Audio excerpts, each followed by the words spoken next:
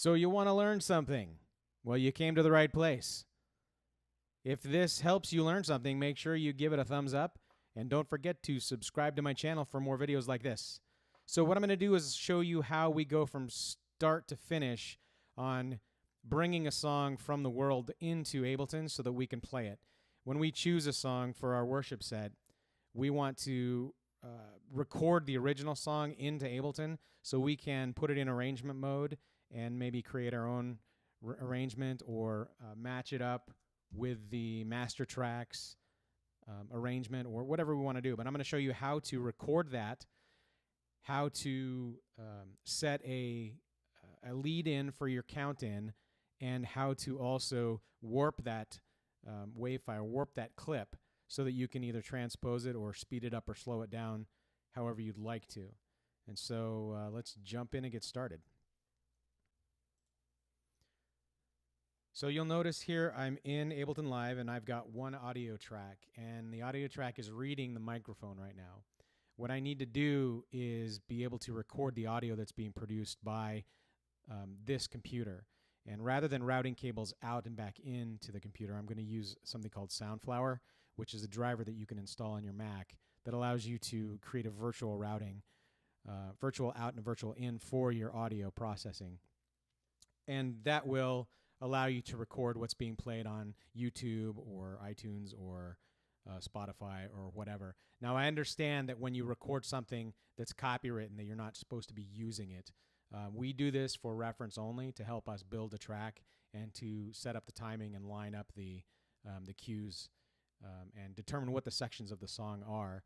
But we don't ever use this data to reproduce the sound.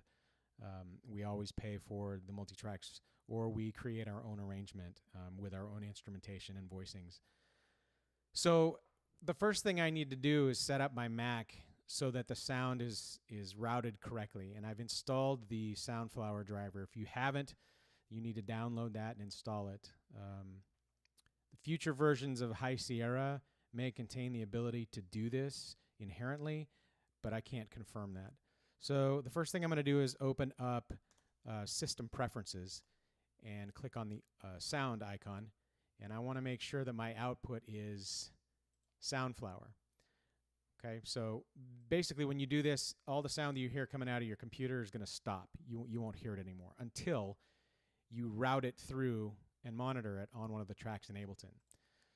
Second step is to go into Live Preferences and set the input to that same channel or that same device. So Soundflower, 2-channel, 2 in, 2 out. Now that's going to change the way the sound is routed. So right now you can see the microphone is no longer picking up because that's not receiving, that's not actually routing the sound through anymore. I want to change this to 1, 2 in, and then I can pull up Spotify, for example, and I'm going to bring in Dawn to Dusk by All Sons and Daughters.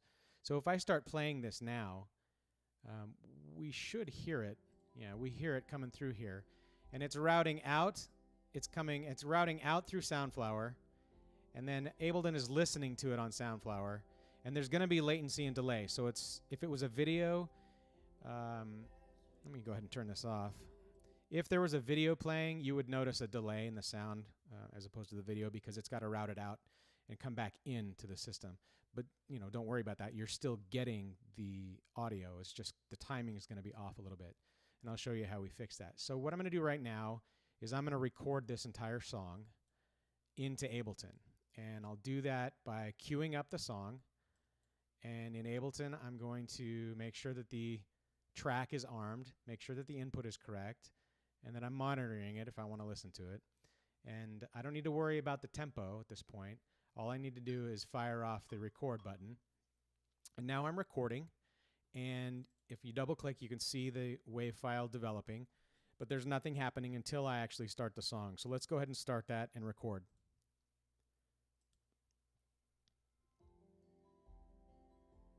Okay, so the song is done playing and it's done recording. I stopped the track here, and I can close Spotify now because I don't need it. What I'm going to do now is I need to grab the tempo. I need to know what song or what the tempo of the song is. That way I can set the original tempo. And when I warp it, I can warp to that tempo. So I'm just going to play the song, and we'll wait until it gets to the start here, and then we'll tap the tempo out.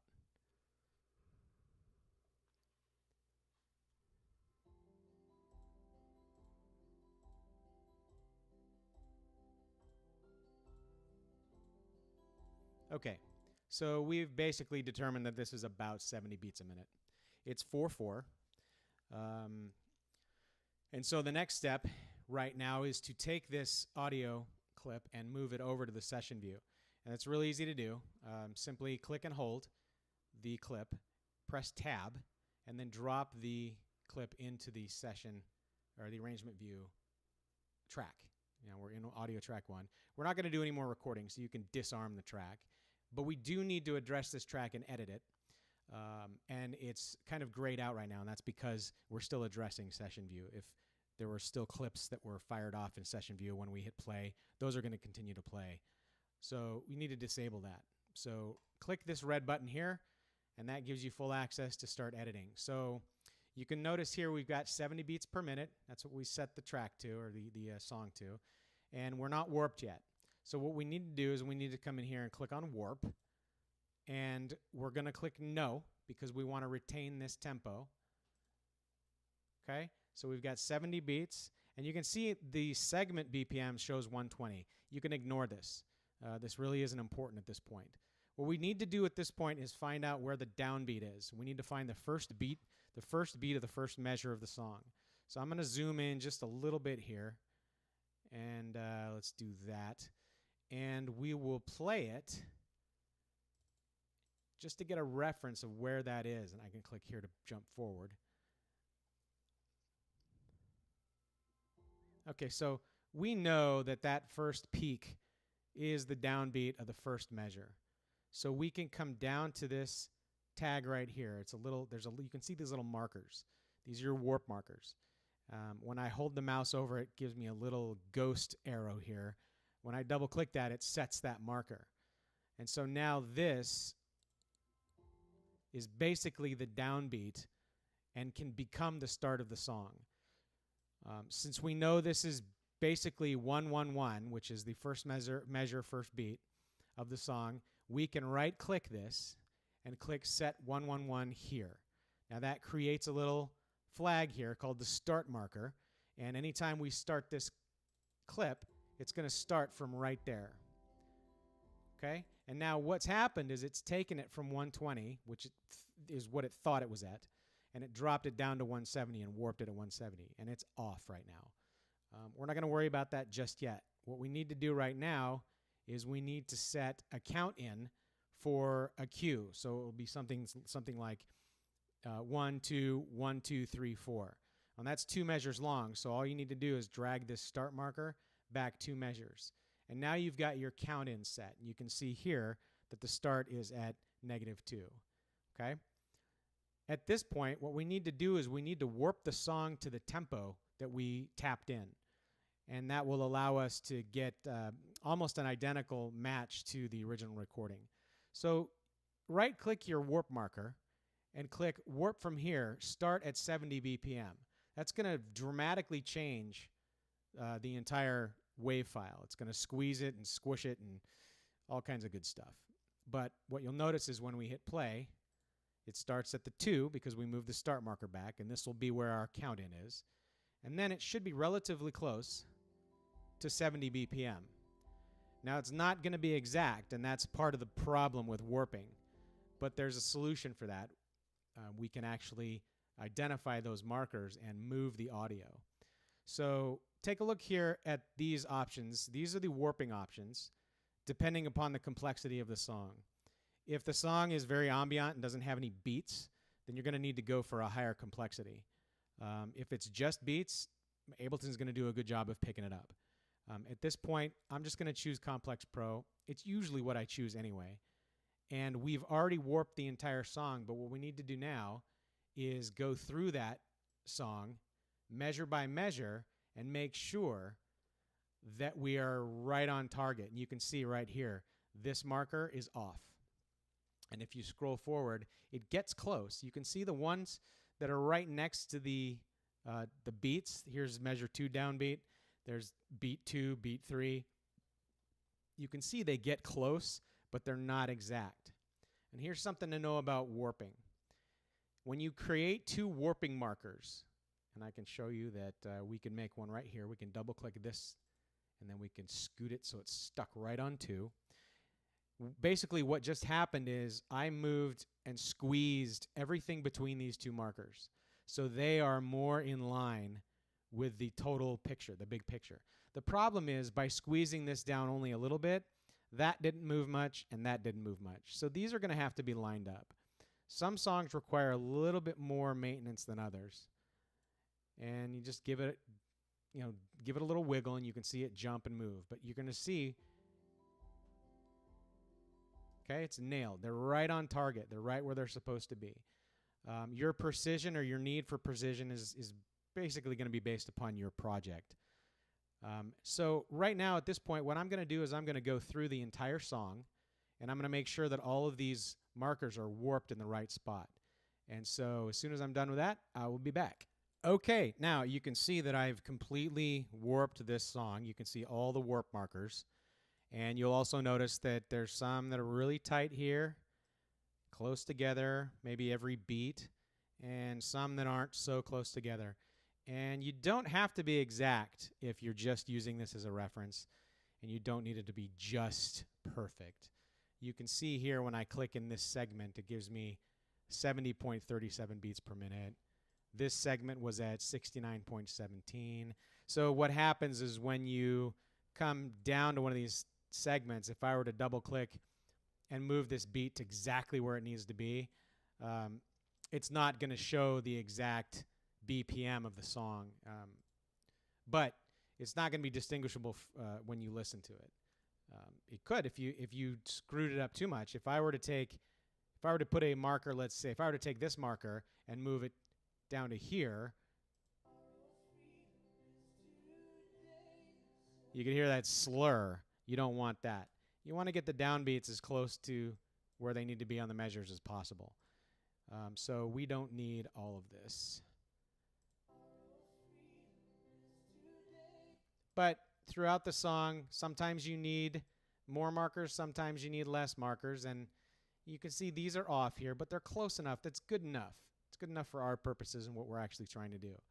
So now that I've got the entire clip, the entire audio file warped, I can rename this and I can give it the name of the song. All right, so Command R, Dusk to Dawn.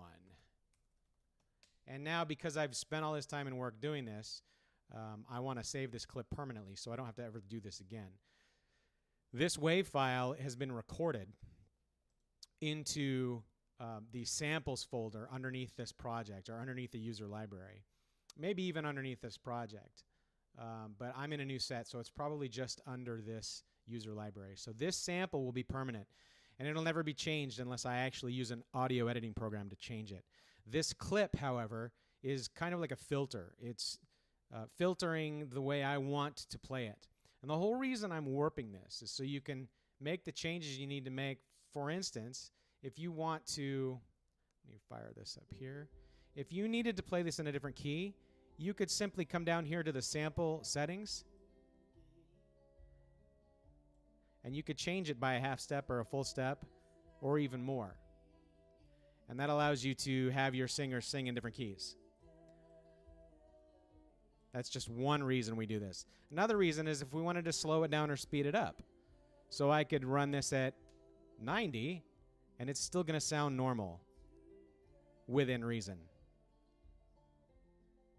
Okay? So that's the whole purpose of doing that. It allows us to drop this into an arrangement view and slow the song down enough to maybe transcribe it, learn the parts, and or play it slower or in a different pitch. So what I'll do now, because this clip is done, I'm going to drag it into my clips, and I have original recordings. So I'll simply drop this into original recordings and click copy. And so now any set that I create in Ableton, I can drag this clip into one of the audio tracks, and I'll be able to use it and manipulate it inside of that set. Okay, if this video helped you understand more about warping audio, give it a thumbs up. Don't forget to subscribe. And in the next video, what I think I'll do is go over how to create audio cues so that you can have a 1, 2, 1, 2, 3, 4 count in the first 2 bars of this song. So thanks for coming by. I hope this helped you out. Look forward to seeing you future. If you have any comments or questions, leave them below. And I'll also put a link to Soundflower in the description. All right. Talk to you later. Bye.